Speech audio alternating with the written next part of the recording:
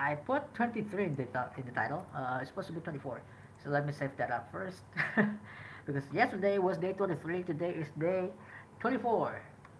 Now let's do a live update first. Today is 16th of April and it's 22:47. Alright, so what do you guys want to talk about? So I'm really sorry that I didn't get a chance to do a recap of SmackDown yesterday. Um, I instead just do a live stream where I talked about um, the TV series of Harry Potter that's supposed to probably get released next month. But now I have watched SmackDown Live, so let's get into it, shall we? Yesterday's SmackDown was actually really entertaining. So I was actually really enjoying the show. Let's see. The show starts with a promo segment between Kevin Owens and Sami Zayn, blah blah blah blah blah, and then the Usos came up with Solo Sikoa, and then they did a little like back and forth about.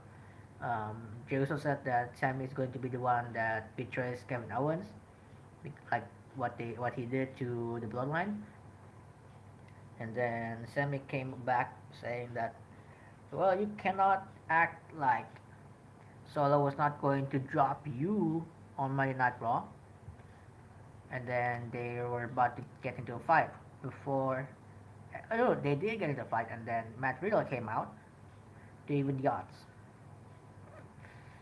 Then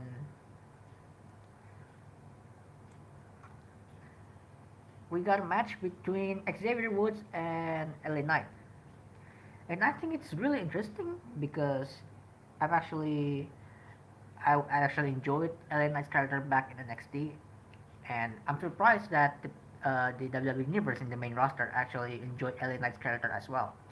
And it got me thinking: does LA Knight actually works as a babyface? Because he was a heel and a babyface back in NXT. He was a heel for most of his time when he made his debut because he had a rivalry with like Cameron Grimes and others, and he was a heel in that rivalry. And then during the launch of NXT 2.0, he was still a heel until he had a minor storyline with Grayson Waller.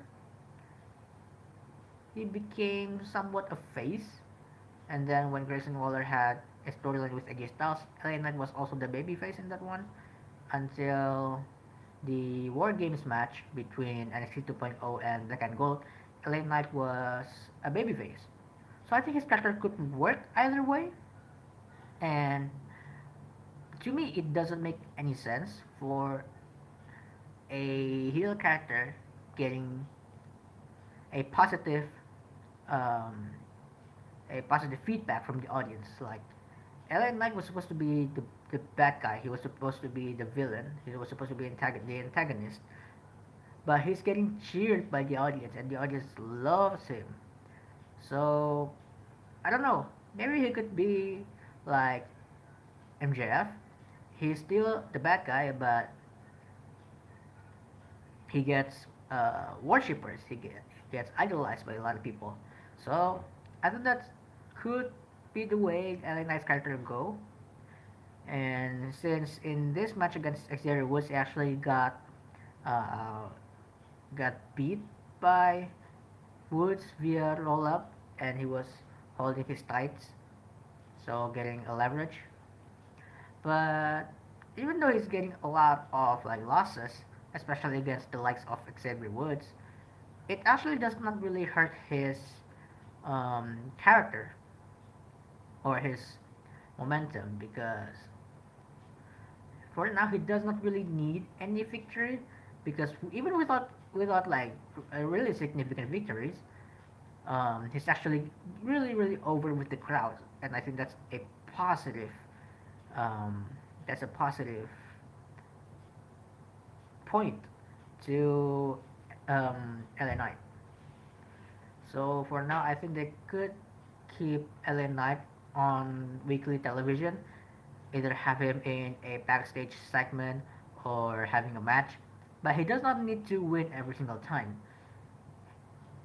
For now, I think he is okay with getting a couple of losses, and then when you actually have a couple of plans going out for LA Knight, then you can um, give him some wins. Like for example, you're trying to build him up for the next mid card challenger, then you could definitely do that. And then, or if the WWE have plans for him in a storyline, then he could get a couple of wins. But right now, he does not really need any win, in my opinion, since LA Knight is getting really over without even getting any wins.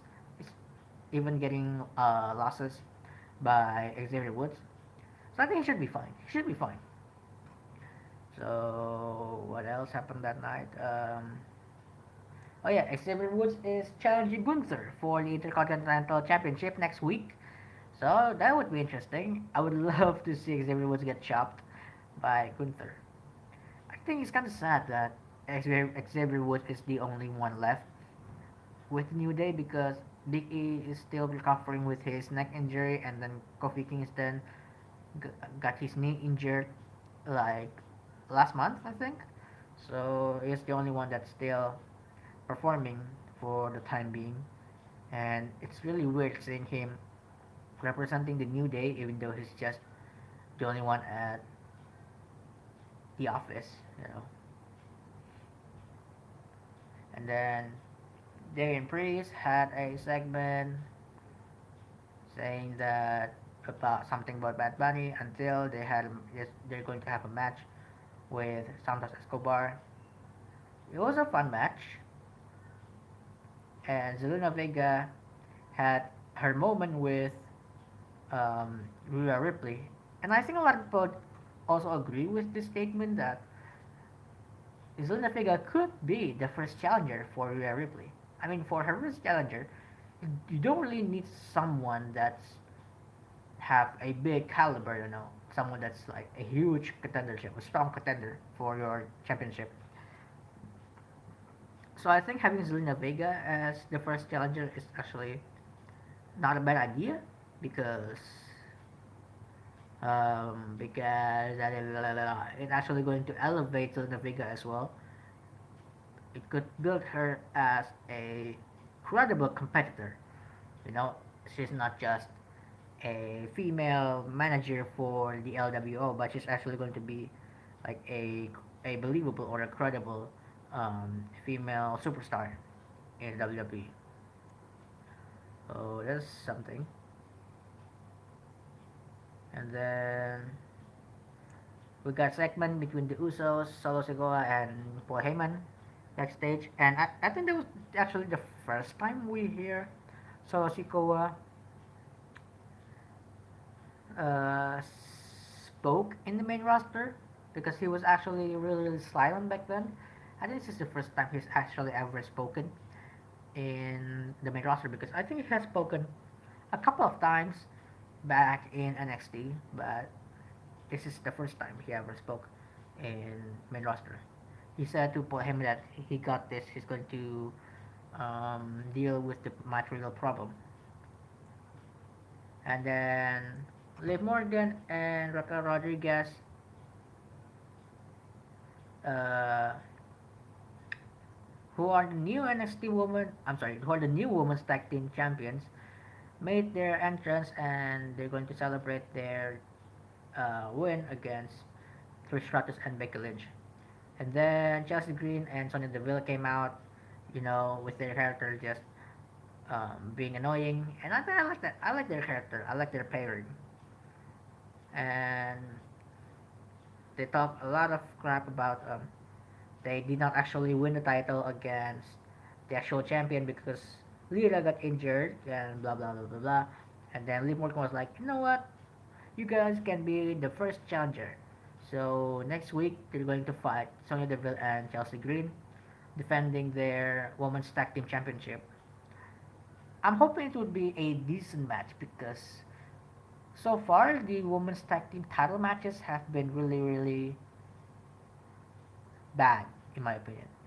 It does not live up to the other matches in the card. So Shinsuke Nakamura made his return to SmackDown. And oh my god, his in-ring gear was beautiful. And then Macap Moss and Emma made their entrance. And I don't know why, but you know, during Metcalf's entrance, he always do this the rectangle and then kicking the door motion, and I'm pretty sure he was supposed to have a pyro moment, like just like a boom, you know. It doesn't like there are a couple of moments in WWE entrance where you hear the boom, but there are no like smokes or pyro, and I think Madcap Moss was supposed to have that boom, but it never. But when he did his motion, it did not hit. I don't know why. And then, as you guessed, Shinsuke Nakamura beat Madcap Moss, and then after the match, Madcap tried to attack him from behind, but Nakamura countered it by giving him a an arm lock, an arm bar. I think it's an arm lock, like yeah, or is it not? I think it's an arm bar. He locked in the arm bar before Madcap Moss finally able to escape from the lock. And it got me thinking, are they actually going to change Madcap Moss as a heel?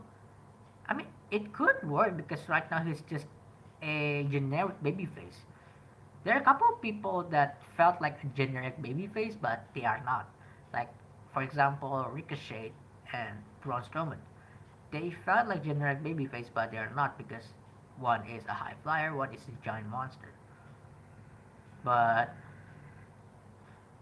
for Madcap Moss, there's nothing that makes him different than the others. He's just like some people say, he's just an NPC, and that does not look good with Madcap Moss right now, in my opinion. And I feel bad for him because if we work on his ring gear or on his finishing move a little bit more, I think it could be a solid part of the main roster because his finisher, the last laugh, isn't it? Or I can't remember his finishing move, but it's literally just look. It looks like a neck breaker, but instead of pulling down on your shoulder, it's like you actually do this. Like if you're doing neck breaker, you go like this, but instead of going down on your back, you actually twist yourself and then bring the opponent down. And it's really weird. It's a really weird finisher, in my opinion. So, if we could find a better finisher, I think it could work. Him as a heel, it definitely could work. So, the draft is happening in 2 weeks. That's something. And then Braun Strowman and Ricochet got attacked by the Viking Raiders backstage. So I think they're going to have a rivalry between these two teams. And then the main event is Matt Riddle against Solo Sikoa. Matt Riddle is being accompanied by the champion, and then Solo Sikoa is being accompanied by the Usos and Solo Sikoa. And then Paul Heyman says, here this. Will lose those tag team fights. He says that in 2 weeks they're going to defend their tag team championship against the Usos for one more time, a WrestleMania rematch. The tribal chief is losing patience with the two. Oh yeah, this is actually really interesting. And Paul Heyman continues because the tribal chief is losing patience with the two of you.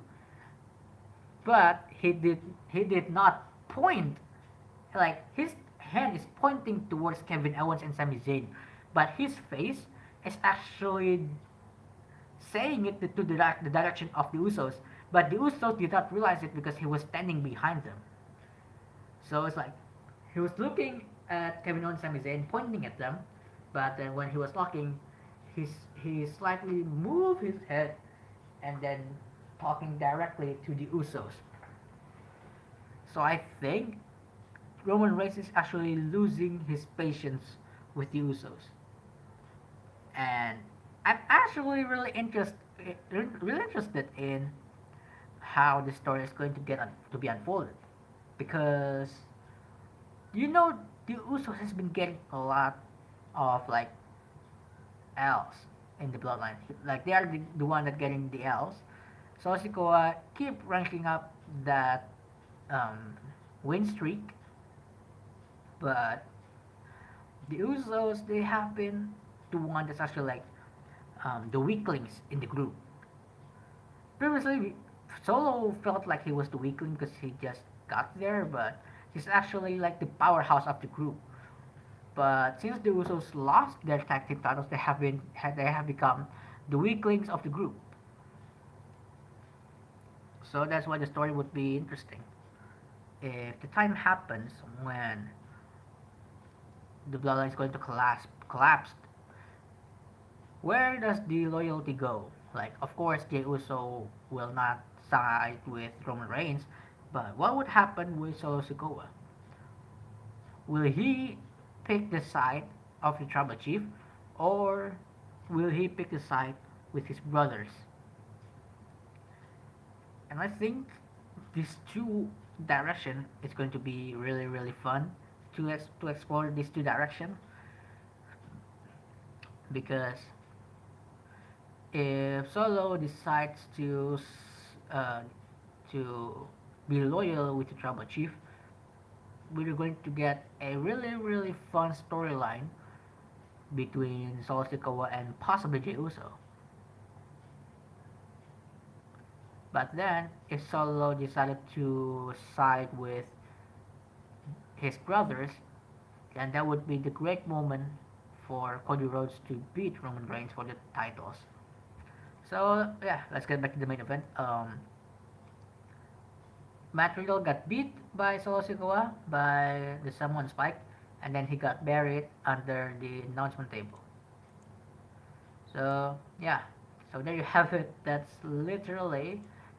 Um, that's literally all of the recap that I have for last day's SmackDown. Well, it's getting really interesting, but currently SmackDown doesn't really have a lot of storylines, other than Sami Zayn, Kevin Owens, Matt Riddle against Solo Sikoa and the Usos. And on Monday Night Raw, the main interest are is Brock Lesnar and Cody Rhodes, since in Puerto Rico Backlash, uh, shit, since in Puerto Rico Backlash, um, Roman is not going to defend his championship, so that's something. Now, there was a spider. I don't know where it went. Oh crap. Um, Hold on. There was a spider. Um, yeah, whatever. I don't care where the spider went. Okay, so I think I'm going to end this live stream here. Thank you so much for watching. My name is Defaja, and I'm signing out.